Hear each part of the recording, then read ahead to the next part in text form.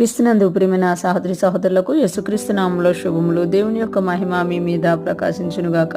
ఈరోజు దేవుడు మనకిచ్చిన మాట ఫిలిప్పీలకు రాసిన పత్రిక 4వ అధ్యాయము 23వ వచనం. కాబట్టి నాకేమి సంభవింపనై ఉన్నదో చూచిన వెంటనే అతన్ని పంపవాలనని అనుకొనుచున్నాను.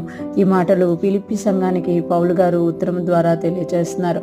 ఆయన ఉత్తరం అంతా రాసిన తర్వాత తన యొద్దకు ఫిలిప్పీ సంఘస్థుడు పంపించిన వస్తువులు స్వీకరించి వాటిని బట్టి సంతోషించి వారిని ఆశీర్వదించిన తర్వాత తన యొద్దకు పంపబడిన తిమోతి గురించి చెప్తూ, తిమోతిని మీ యొద్దకు పంపిస్తాను, కాకపోతే నాకేమి సంభవింపనై ఉన్నదో చూచిన వెంటనే అంటున్నారు. అంటే పౌలు గారు ఫిలిప్పీలకు లెటర్ రాసినప్పటికీ ఆయన జైల్లో ఉన్నారన్నమాట.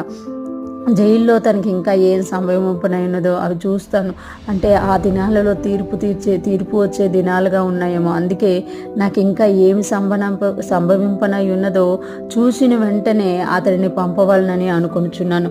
అంటే తిమోతి నా దగ్గరికి రావడం వల్ల, మీరు పంపించిన వస్తువుల వల్ల నేను ఆదరింపబడ్డాను. అంతేకాకుండా అతడు కూడా నాకు మంచిగా పరిచర్య చేశాడు.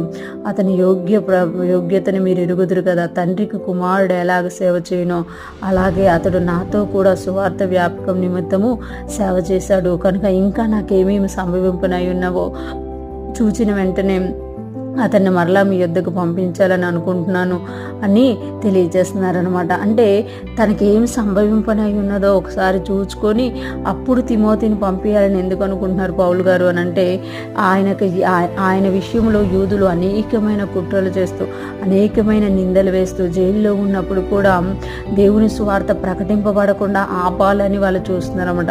అలాగ వారు చేసే ప్రతి కుట్రను ప్రతి ప్రయత్నాన్ని భగ్నం చేస్తూ పౌలు గారు దేవుని కృపను బట్టి జైల్లో ఉంటూ కూడా అనేకమైన సంఘాలకు ఉత్తరాలు రాస్తూ ప్రోత్సహిస్తూ తన యొద్దకు వచ్చిన వారికి సువార్త చెప్పుతూ దేవుని రాజ్యం గురించి విరివిగా ప్రకటిస్తూ ఉన్నామట.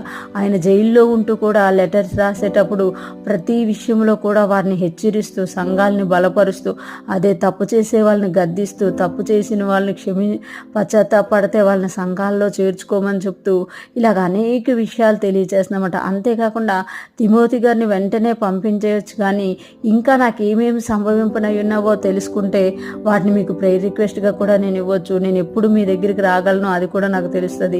ఎందుకంటే పౌలు గారికి కూడా ఫిలిప్పీ సంఘాన్ని దర్శించాలని, వాళ్ళు చూడాలని ఆశ కలిగి ఉన్నారన్నమాట. ఈరోజు ఫ్రెష్ మనం వింటున్న ప్రతి ఒక్కరు జ్ఞాపకం చేసుకోవాలి.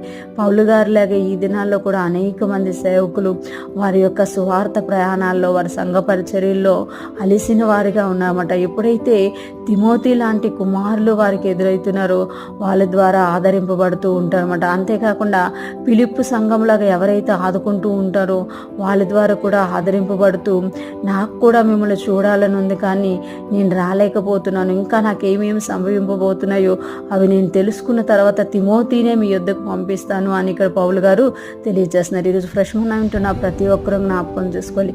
మనం అందరం కూడా మన సంఘాలకు వెళ్ళి ఆదివారం ఆరాధన అటెండ్ అయ్యి వచ్చేయడమే కాకుండా ఆ సేవకులకి, ఆ సంఘానికి ఏదైనా మన ద్వారా అవసరత ఉంటే దాన్ని తీర్చేవారుగా మనం ఉండాలి అని దేవుడు తెలియజేస్తున్నారు. ఈరోజు ఫ్రెష్ మనం వింటున్న ప్రతి ఒక్కరం కూడా మన సంఘాల్లోనున్న సేవకులకి, ఆ సంఘానికి మనము ఏది చేయగలమో, దేవుని రాజ్యంలో మనం ఏది చేయగలమో అది చేయుదుముగాక.